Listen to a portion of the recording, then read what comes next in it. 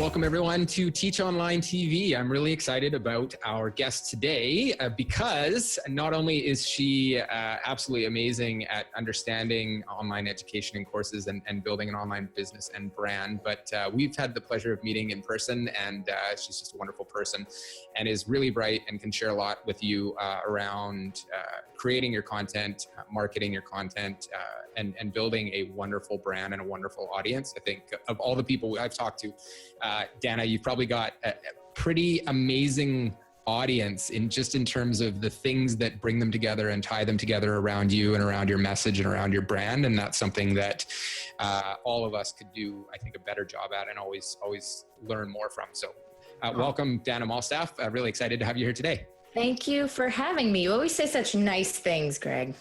Well, it's true. It's true. I mean, you're for those of you who don't know, Dana does Boss Mom, and is the Boss Mom.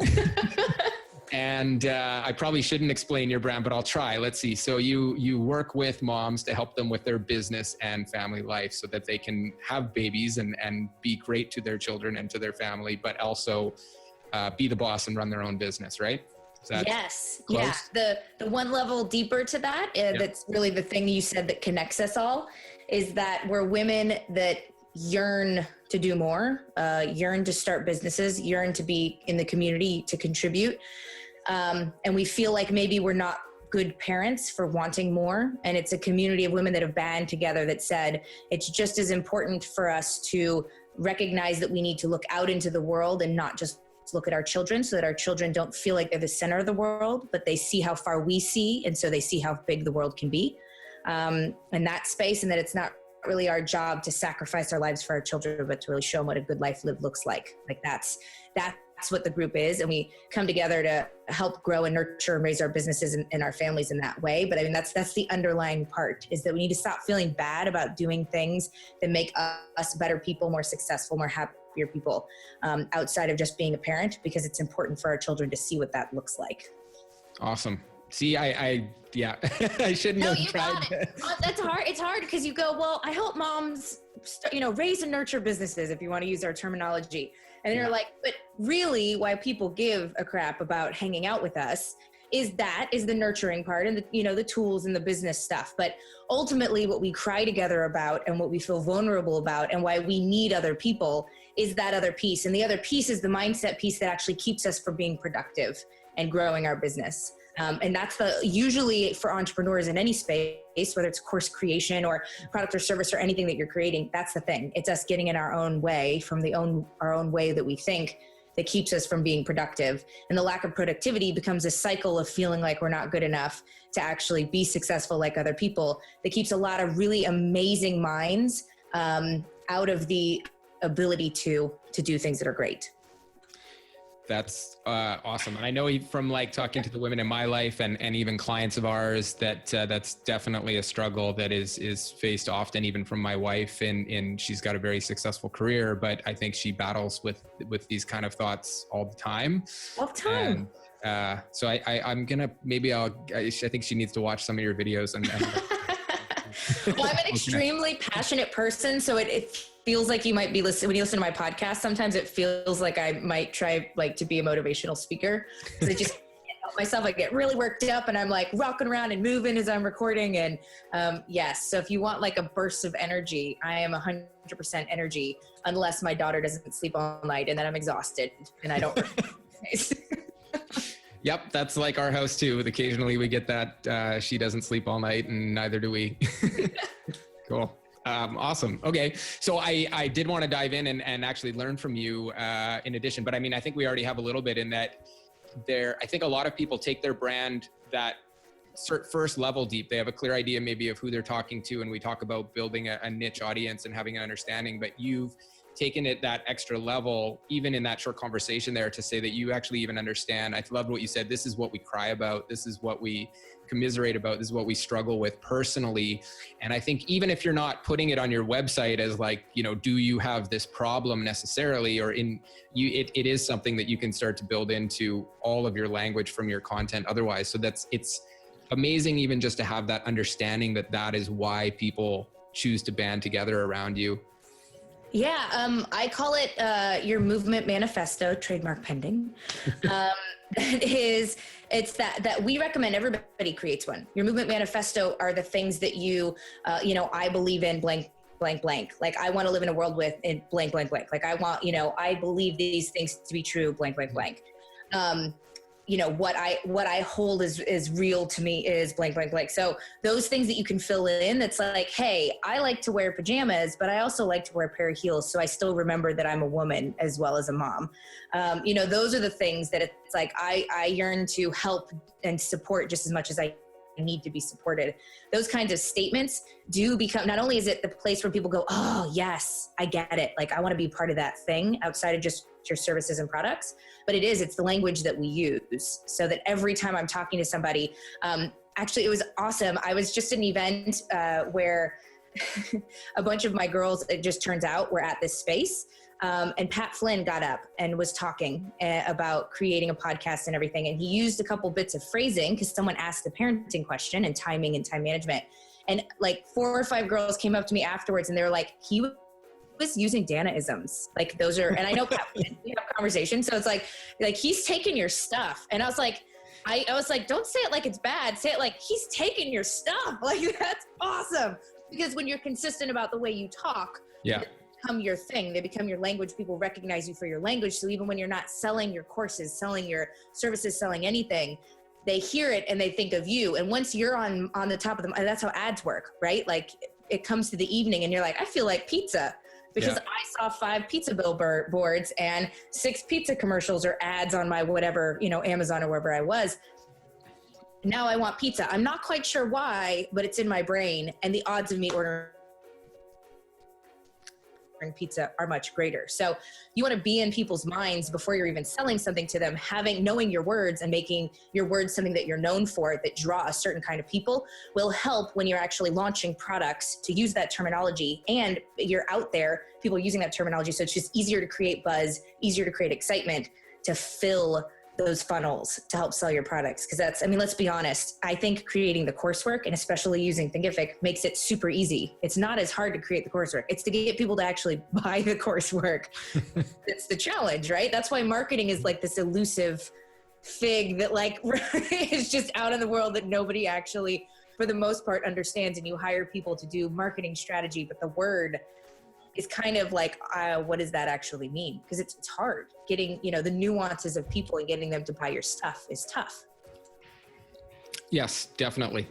I hear it time and time again as a big challenge point for people, or often the number one challenge point.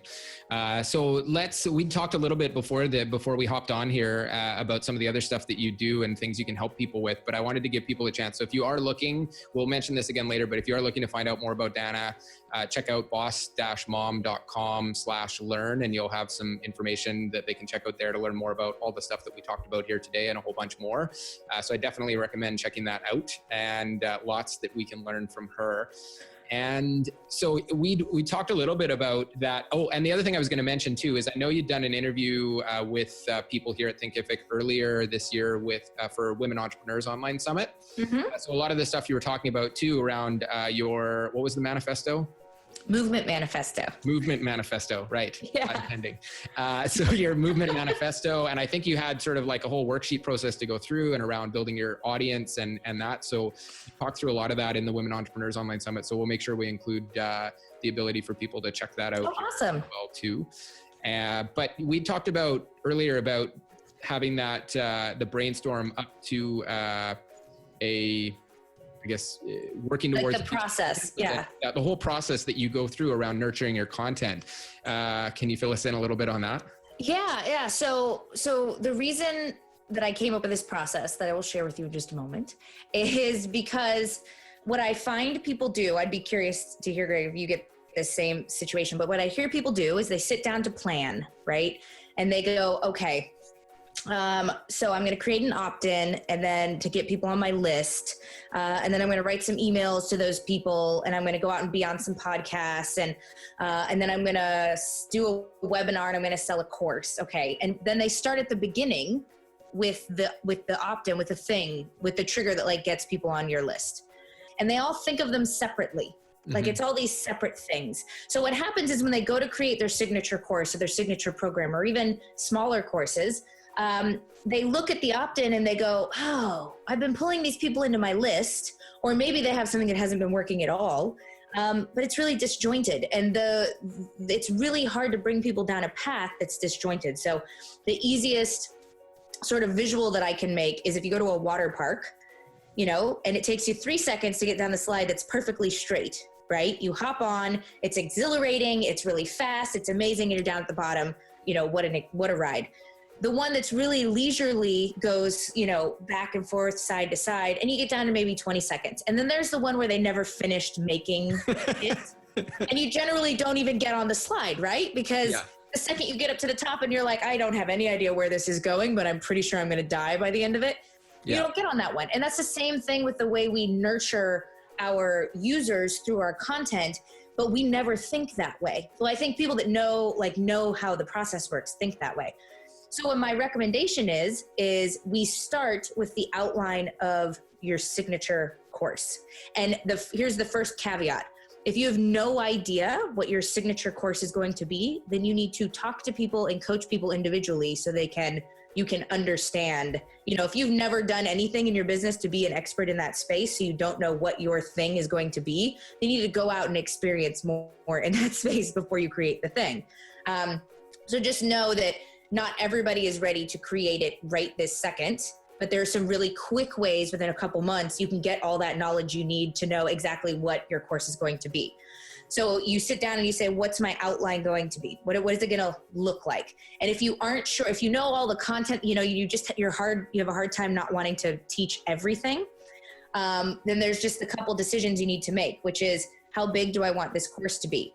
Because what I often find is people make, they only feel comfortable with selling something in their market at $400, but they made a $2,000 course because they got excited and threw the kitchen sink and their children in there, right?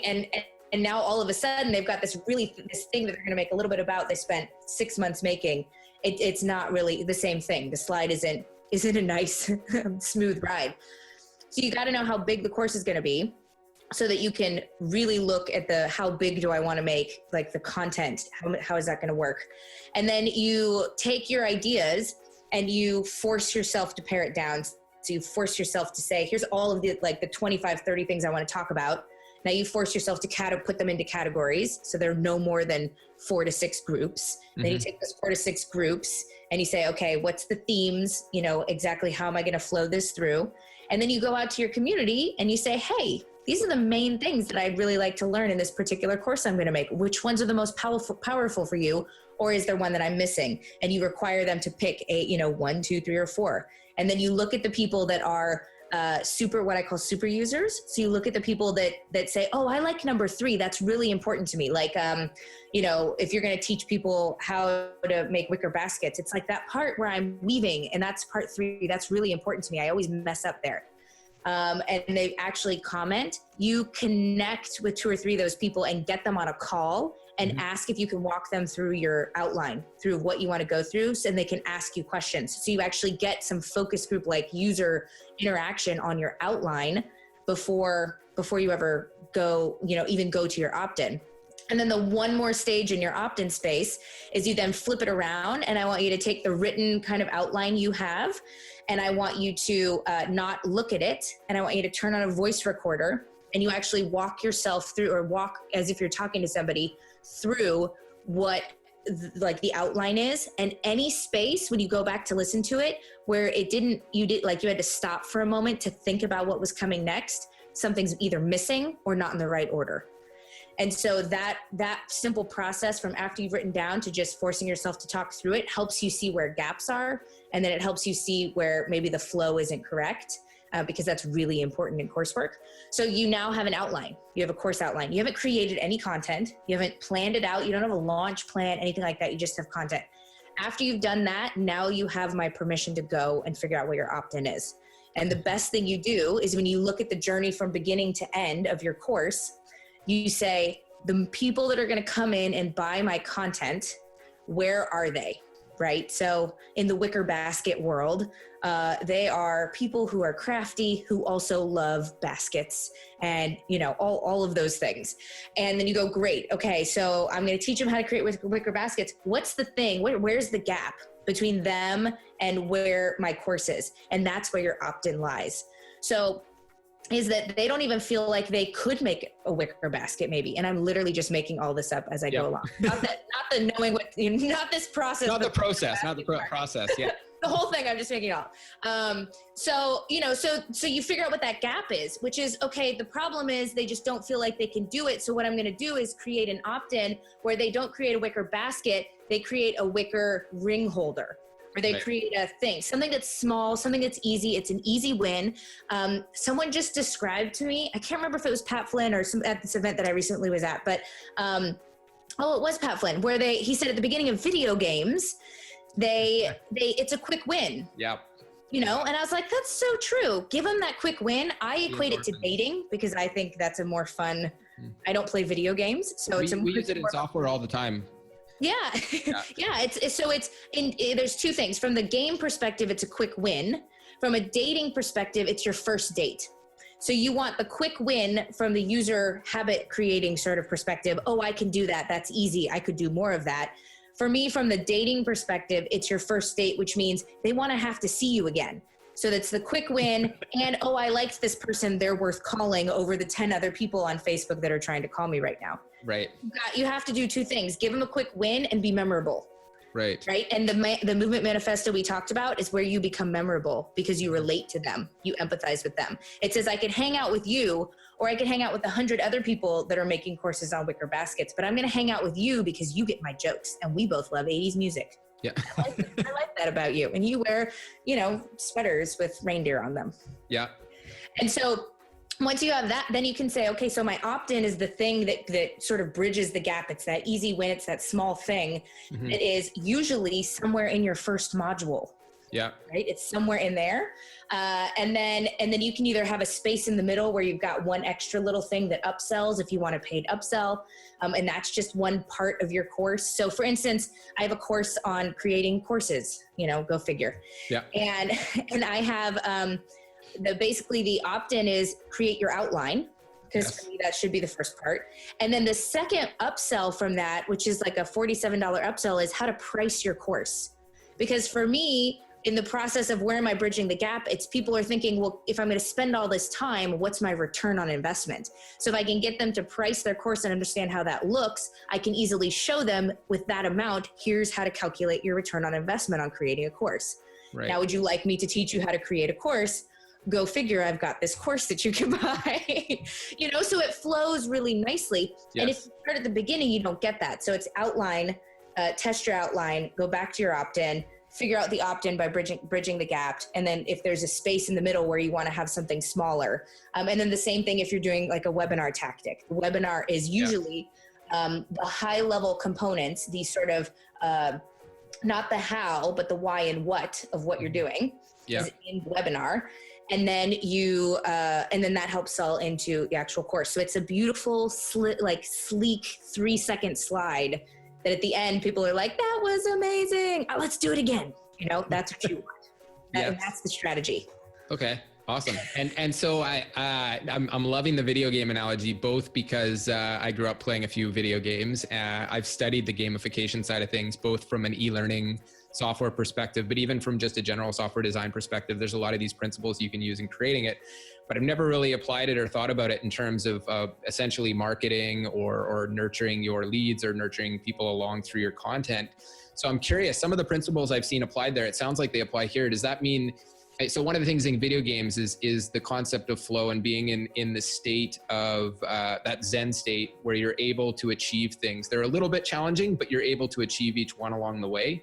You know, you don't often hit a video game where you enter level 1 and it's impossible, right? They have impossible mode or insane mode, but that's like, you know, after you've been playing it for 6 months in your basement. So they start with stuff that you can achieve. So it sounds like you said, you've got the, you know, weaving instead of a wicker basket, you start with the ring, or for your case, you know, you get some curriculum together or your content plan together, and then you work towards pricing your course, which is another achievable win in a short period of time. Do you really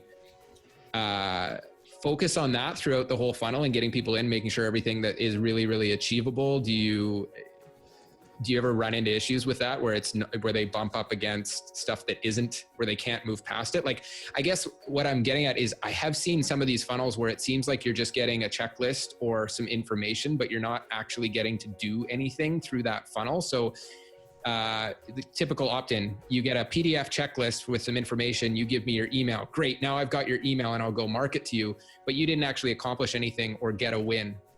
No, and anybody who ever wants to create one of those, I say you have to create a video that explains how they use it. So here's the thing. I like many mediums. Like, we are all different creatures. We all learn in different ways. So I recommend you have a checklist, and then you have a video that explains how to use it. And then you have an audio in case they want to use audio. And maybe you have a transcript, those kinds of things, because people not only, they take information in different ways, but also, a checklist without any instruction, because a checklist by essence is supposed to be as simplified as possible. Right. Doesn't really help. And a lot of times words are lost in translation, or people don't spend the time. And then the other thing is, if you're going to end up with that, you want that checklist to lead to them spending $1,000+ on you. And of course, get your face on a video so they can get to know you, because the nurturing starts there. You think they're going to fall in love with you by a paper checklist. It ain't going to happen. It's just not going to happen. Unless you're so brilliant in your email scheme, but the odds are not that way. I have a podcast, we have videos we do. I'm on Facebook Live all the time. People know my face. They know, we get on calls. I'm very visible. We have what I call a visibility plan, because you've got to get out there. So I recommend getting yourself out there for, if you have the worksheet, the thing that's going to happen. Absolutely. Now, I will say the good thing about a checklist, if you do it right, is that the best kind of opt-ins are either ones that people use daily or that change their actual habit.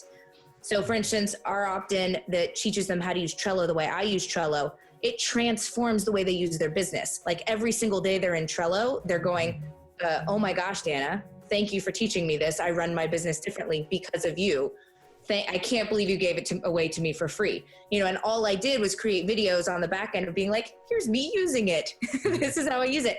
So, I think that if you can, the checklist is great if they're going to reuse the checklist all the time. So think about when this checklist happens. Is it a one-time thing? Right. Or can you create something that every time this event happens, they have to reprint this out and use it? Because that's the thing you want. Like, how can you get them to reuse? Now, if it's for something big like the course outline, that's easier to do one time, because we're talking about a 3 to 6 month project that I'm going to be in their life. Right. So in that case, it can work. But I believe that first date thing, or that first level in the video game, should be bigger than people expected. Easy to accomplish, but bigger than people expected. So you've got to give them the print, and then give them the explanation, and then give them emails that are like, hey, I recognize you may have never looked at this, but here's why you should.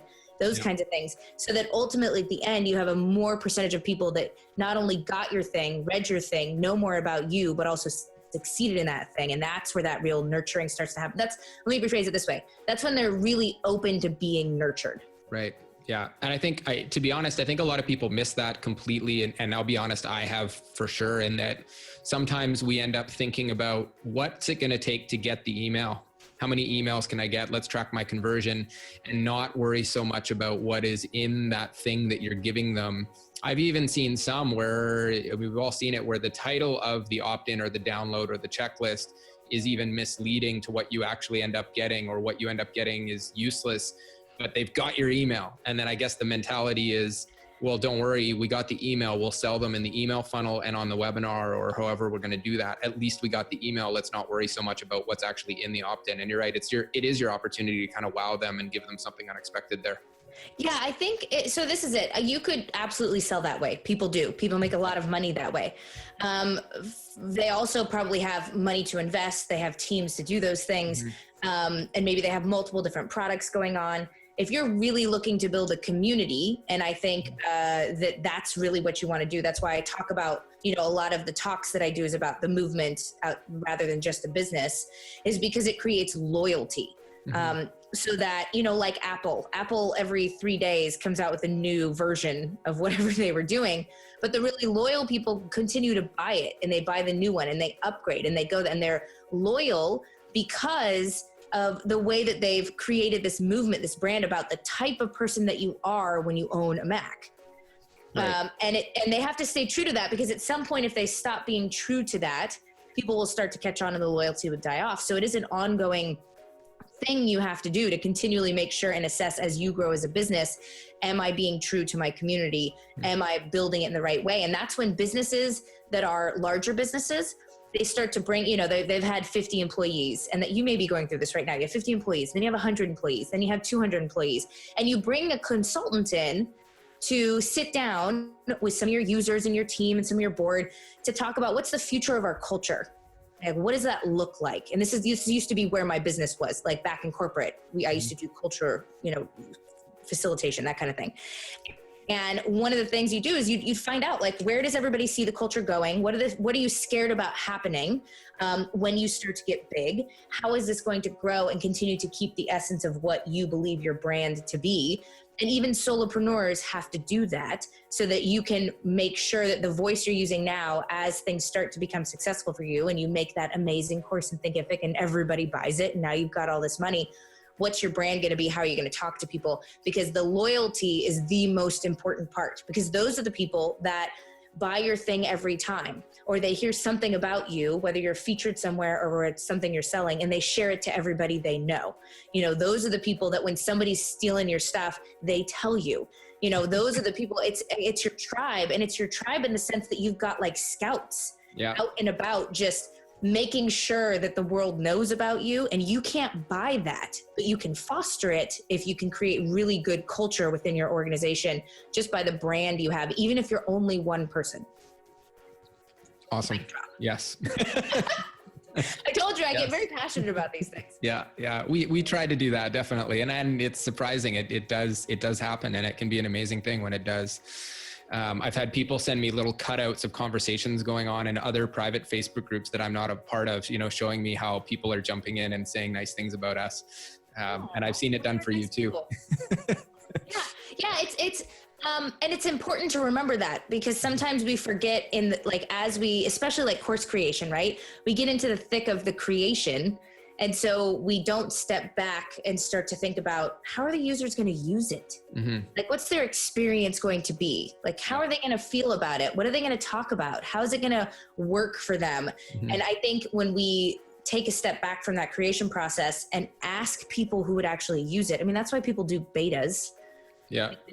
You actually get people going through it. Although I don't generally call it betas, I call them early adopters. Right. Or like, my champions, or whatever it is, or just cool people. Yeah. They come in and they go, oh, by the way, this thing doesn't work the way you thought it worked, because, you don't know everything. Even though you know a lot about what you're doing, you're not, like, I'm 3 or 4 years past the people that I'm teaching now. Right. And just like that, what's that show where the boss, who's the CEO, goes down to like the very bottom level? Maybe they don't and works on the factory floor, or and he's like, I'm a terrible employee. Like, half of them get fired on the third day. And the reason is because they're so far removed from what that position does, what that function is, because they have to be Go West people. You are that in your business. So whatever you're teaching on that level, you have to recognize that people are not at that level than you. So you have to break it down like 10 times farther than you would need it to be broken down. Yeah. Because they're just not there. And if you got to get people on to like tell you what that is, tell you what is missing, tell you what questions they still have. And that helps instill that culture and that loyalty. And you can do that for anything. I did that for my book. We do that for our products. I do that for our event. Like, let people help you make decisions. Okay. Yes, that works. And I like so we've to back up, we've done the process of coming towards our content plan, right? Mm-hmm. We've got the layout for the course. We've done the voice recording to make sure that it flows well. And then we've backed that up to think about what our opt-in or lead generation tool is going to be, that flows. So we've got the clear water slide to go from people opting in all the way through to buying that signature piece. once you have that plan in place, where do you go from there? Is it diving in and do you start creating content? Do you do the beta or the champions or early adopters? How do you generally go from there? Yeah, so I create the opt-in kind of thing. So you're generating, leads from there into your funnel. And that's where I start my visibility plan too. So I know the launch, like, when you're going to launch, when you want to do these things, you have dates, but maybe you haven't created anything. And if you have a big course, like, give yourself 90 days to do it at least. Time moves way faster than you think it does. Believe me. Especially if you have kids. Yeah, you will be happy you gave yourself that space. I start my opt-in and I start my visibility plan. So I'm out getting on podcasts because I know what my course is going to be. Maybe it's not made. And then I create a schedule for the 3 months that are, how is my content going to be made? When is it going to be made? So my launch calendar and my launch plan becomes the next step. So my opt-in is out there. I'm putting out, feelers to get on podcasts and, be in posts and be featured. And then I'm going to create my actual launch plan. And that includes putting in the calendar days I'm going to record videos, days I'm going to create content. Who do I need on my team to actually do things? Am I going to create all the workbooks myself and have I allocated time, or am I going to draw them on a sheet of paper like I do and then take a picture and send them to a designer and say, make this pretty? Yeah. Which, remember, just because you can do it doesn't mean you should do it. So I have a design background from college, but I don't do any of my design anymore because I can make more money in 1 hour than I can pay somebody to design it in an hour. So my husband would say, if I do it myself, I'm losing money in my business. That's a mentality I've created. So I can make more money by doing other things and have somebody designing, even though theoretically I could. So just remember that as far as your team building. And then, you lay out your plan. And obviously we don't have enough time to actually give a full launch plan because that takes a lot of work and space. And there are full courses on, creating your launch plan. But that gives you your days and your time so that, when I'm going to go in and I'd say batch as much as you can so that, today's a video day, because not all us entrepreneurs shower all the time. So, I'm going to shower today and look respectable and get the whole setup going and do all my recording. And so, from there, okay, I got to know what I'm going to say. So back up from that. All right. Have I scripted out? Do I need scripts? Do I just need an outline? And you just start backing up. Go from the point where you have a milestone. And if you don't know how to create project plans, go from your milestone and say, what has to happen for me to be prepared for this? What has to happen for me to be prepared for that? What has to, and you just go until all of a sudden you've got the thing that you go, oh, okay, well, I could do that today. Right. Yeah. And then once you have the plan, you start executing. Yeah. And part of that executing is, when am I going to promote? What emails am I going to write? When I write those emails, is it going to lead to a webinar or a call or what is that? And you just have it timed out so that the plan becomes something that's actually executionable for you, and the timing. And you're creating and you're promoting simultaneously. That's massively important. I create and I promote simultaneously, and my creation process becomes a promotion process because I can take pictures that's saying, hey ladies, I'm in recording mode. Check out my selfie where I actually wore makeup today. Hey, what are you creating? I'm so glad you asked. Let me tell you about this course I have. If you'd like, you can hop on this list and you'll be the first to know, and you get extra little stuff because I love people that get on my list. So the creation process facilitates content for you to promote. And those things happening simultaneously means that more people are going to hop on your stuff, hop on your calls, hop on your webinars, and actually buy your stuff at the end because you did it simultaneously. Now, I don't ever recommend waiting until after you've launched to create your content, like sell it, then create. I don't work well that way because I want to be engaged with the community, and I want to spend all my time connecting with people and answering their questions and being present. And if I'm creating content, I can't do that. So I like to get people involved early on. So as I'm doing each module, I can have somebody looking at it and coming back, and a few early adopters from the community going, like, as I'm creating it, they're going through and testing it. So it's sort of this, like, several things happening at once sort of space. So you're releasing content slowly over time to a group of early adopters, and they're sort of beta testing or providing feedback. Do they pay to go through that? Usually, yes. I think anything you give away for free that's going to be $1,000 course, people aren't going to be serious about it. But they do get extra things. So like I usually say you can get it for this. It's 50% off the normal price, but you also get the up level that's usually an extra $1,000 to get my coaching so that I can get on one-on-one calls. And what we ask is we ask for your honest feedback. We ask for consistent engagement, and we ask for a testimonial at the end. Great. Awesome. And I think that works out for both people. And I'm sure even just by giving the feedback to you, they get a lot more value out of that. It's almost like you're also their private accountability partner because you've asked them to give the feedback and come have the call with you, which means they're going to complete the course, which is often a big problem. And here's another little fun caveat. Usually big programs have affiliate programs. If yours doesn't, it should, because why not? It's a great way to get people to spread the word. Yeah. You generally only want people to be affiliates for your program if they've taken it. I've got 5 or 10 people who have taken my program. So when we launch, you tell part of the idea of being an early adopter is you get to be one of the very first affiliates to help promote. Right. Which means you've got 5 or 10 people that are now your affiliates right out of the gate. Instead of having to launch it, have a whole process of people going through and then having people to help you spread the word after the fact.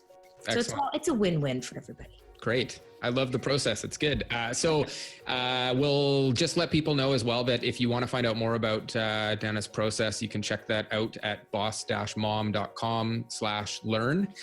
And lots of stuff that they can find out there about what you do and learn more from you on all of this stuff. Because I know we've just touched the surface on a lot of this in terms of how you work with helping people create these kind of businesses. And then one more question, if there's other stuff you wanted to get into, we can go for it for sure. But one more question that I had for you that I wanted to ask that's kind of on a bit of a different tangent here is around time, especially for those of us who have kids and are running businesses. Is there, you're talking 90 days to launch a course and building in content creation time and marketing time. Is there a minimum, is there kind of you got to have at least X hours per week or budget for this? If you're talking to someone who's saying, I've got a full-time job, I've got kids, I don't know if I have time to do this kind of stuff. What do you say? Yeah. Okay. So there's a couple things.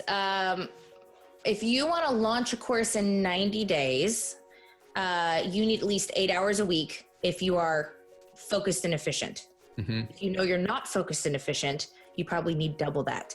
Okay. Especially if you've never ever created a course before or never created a successful course. And since you're listening to me, the odds are maybe that's the case. Then you want to give yourself more time because it's inevitably going to take more time. So you can do a couple things. Either you can keep it at 90 days if you really want to get something out there and you hire people to help. So you have a budget for support, or you take some vacation days that are your content creation days, right? Get a babysitter those days, pay for somebody to come in and watch your kids while you're working. So think about that time where it is more efficient to do things batching when you're doing like recording, because you'll get into the groove. It's harder to say, I'm going to record 1 video a day of me teaching. Right.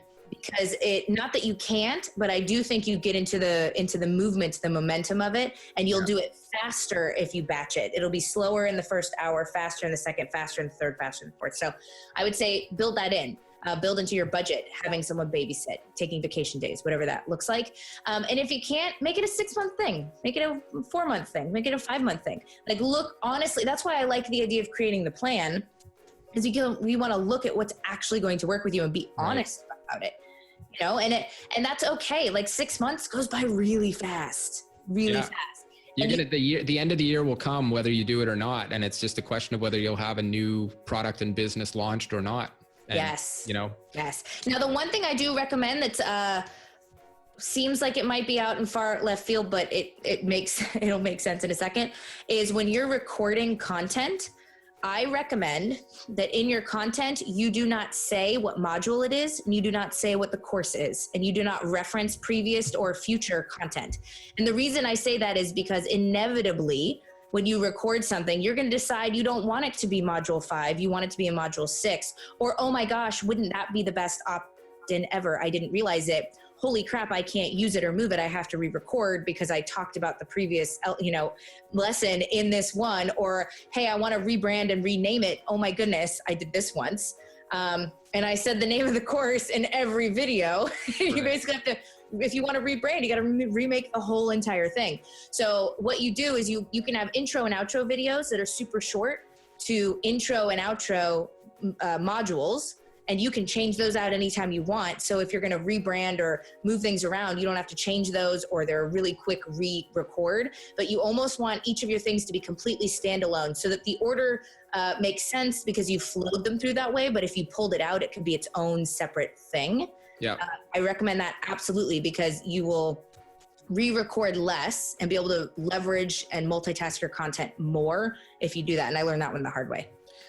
Yes, me too. It's funny. I used to tell everyone that, because we actually had a studio that, well, we still do, but we had a studio that we would bring people in, and I'd actually film their courses and personally edit them for them and everything. And I would tell everyone when they came in, they'd come in and their first thing, they'd be like, okay, welcome to chapter 2 of course 3 that I'm going to be teaching about this. And we just learned about this. I'd say, no, let's cut that out, start over, just start talking about the subject. But I haven't told anyone that in so long, because it's like some of those things that, I haven't had to deal with that in so long. I've forgotten to tell people that. So that is brilliant. If you are creating content and there's one thing you take away from this, it's just, make sure that when you dive into it, just dive into the content. Don't reference where you're at. That's great. Because everything is standalone, and you create a guided experience to piece it together, but you don't do it in the videos. Yeah, you can do that in the user experience afterwards. So that's easy to do, but you're right. That's very good advice. Awesome. And you're right. I've had the same problem myself, where after launching a course, I looked at it, I'm like, oh, I can't move anything. I can't repurpose it. I can't add it to a new product. The one other thing too, if we're talking about time, like I have a full-time job, I've got my kids. When you start to build out your plan and you say, okay, I need 4 hours to do content, but hey, I could do this other thing in 10 minutes, like email somebody about being an early adopter, or going out and, connecting with this person in the community, or asking a question, or fleshing out, drawing during my lunch break what this worksheet might look like. Like I use different colors, because I'm in Trello all the time. So I've actually seen you do this, sitting at your lunch break, drawing out designs for worksheets. I do. Yeah, I do that. So think about, what could I do in 10 minutes? Like, what are my 10-minute tasks in here? Because then what you can do is, you're at work or your kid's eating, having a snack, and you go, I got 10 minutes. Let me see if there's something in here that's due in the next couple weeks in my plan that I could execute right now. So it's not like the full flow of everything, but you have this list about, of 10-minute things, 10-minute tasks, and you've sort of categorized them that way so they're easy to identify and feel what you're in the mood for, what your brain is working for. Like if you haven't slept in 3 days, don't go brainstorming anything, Well, I don't know. Isn't that the best time to brainstorm, when you're exhausted? Oh God, not for me. No. It's when you're most creative. Well, know yourself. Apparently. For sure. Yeah. I make no sense when I'm tired at all. But I do think that helps, because I think we have to spend 8-hour days to be productive, and that's not true. You can absolutely get massive amount of momentum in 10-minute increments. You just have to know what you can accomplish in 10 minutes. Although I do like your point. Yeah, I do like your point about, if you're going to produce content, put aside a big block of time, because that's not something you can do in 10-minute increments. It's really difficult to do it that way. You're right. It is. So know your stuff. Yeah. Hashtag know your stuff. I don't know if that's a hashtag, but we just made one. Excellent. Awesome. Anything else you wanted to share? I mean, I think for anyone else who wants to learn more, best place, boss-mom.com/learn. We'll put the link in here as well. But anything else you wanted to share? I guess the last thing is that if you aren't creating content that you're actually making money on, then you should do it. because me and my best friend joke, we're like, it's so hot right now, but it is. And that's how people are taking in information now, is online coursework. It's only going to get bigger. And if you are sitting there selling your hours for money, then you are never going to be able to scale. You're never going to be able to leverage. And scaling and leverage are like entrepreneurs' 2 favorite words. And so if you want to be able to really be that person that grows your business, then you have to create content, because it's the thing that you leverage that allows you to scale. So get on it. Excellent. I love it. Couldn't agree more. I agree completely. It's made an amazing difference in my life, even with family side of things too. Yeah, absolutely. Well, it's kind of launched your whole business. So yeah, it did. I mean, it was my own online course that made even like Thinkific possible. So just giving me the free time and the revenue to do it. So yeah, who knows what you create that will be the idea that launches the next thing that changes the world. Yeah. Excellent. Thank you so much, Dan. I really appreciate your time and all of this advice. This is awesome. I'm definitely going to borrow, maybe with attribution, a few of the things you shared here today, both to share with my team and with lots of course creators that we talk to as well. But, so I really appreciate that. Thank you. Absolutely. Spread the word. I will, definitely. And for those of you who are interested, again, it's Dana Malstaff of Boss Mom. Check her out at boss-mom.com/learn. Lots more info on all of that here. She is really good at this stuff and I know we've heard lots of advice, but she actually does this and does quite well with it. So it's coming from someone who has done it and done it successfully. Thank you again. Yeah, thanks for having me.